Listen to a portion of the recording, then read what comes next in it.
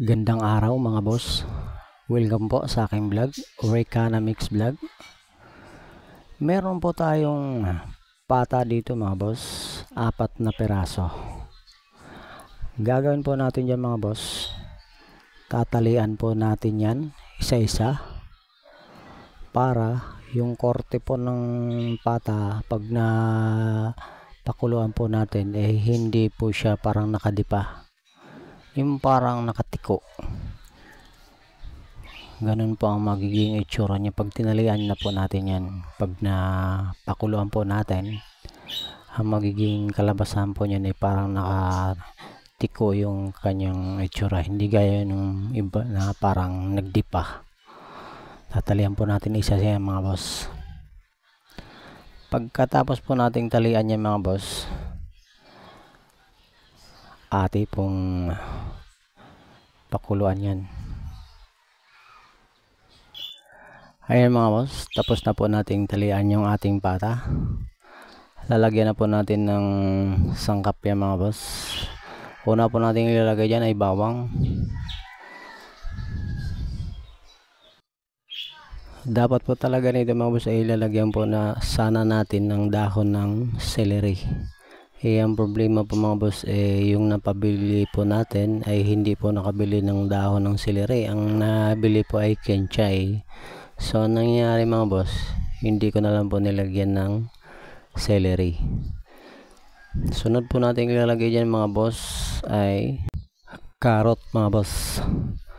Para habang kumukulo ay kung anong nakukuha niyang lasa ay napupunta rin ho sa pata mga boss. Sunod po natin ilalagay dyan mga boss sibuyas mga boss, ang sunod po natin. Tapos lalagyan din po natin ng 3 kutsarang asin. Tapos lalagyan din po natin ng tuyo mga boss. Mga sa tansya nyo po, mga kalahating tasa po mga boss. Tapos lalagyan din po natin yun ng pamintang buo. Pagkatapos dahon po ng laurel.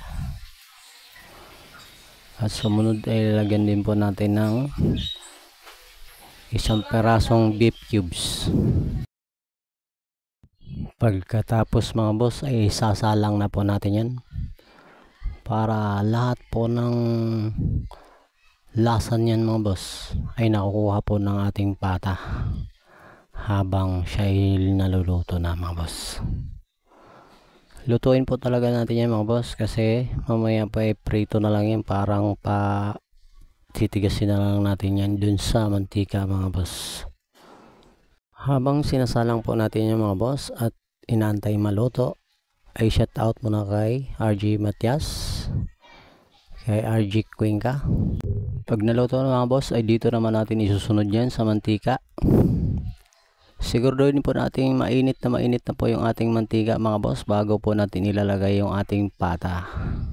Ilalagay po natin lahat yan mga boss dito sa kawali. Tapos atin pong babantayan yan.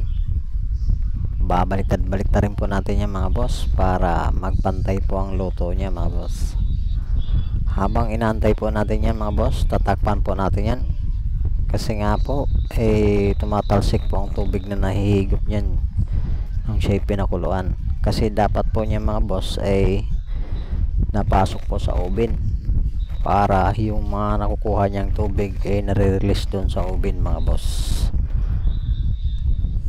At sa tingin niyo mga boss ay matigas na po yung ating pata, ay pwede nyo na pong sasabuyan ng tubig yan paunti. Unti lang yan mga boss hindi bigla kasi pwede po kayong sumilab niyan mga boss. Ang purpose po ng bibigay po ating tubig niyan mga boss ay yun po ang magbibigay sa kanya ng pagka-crispy.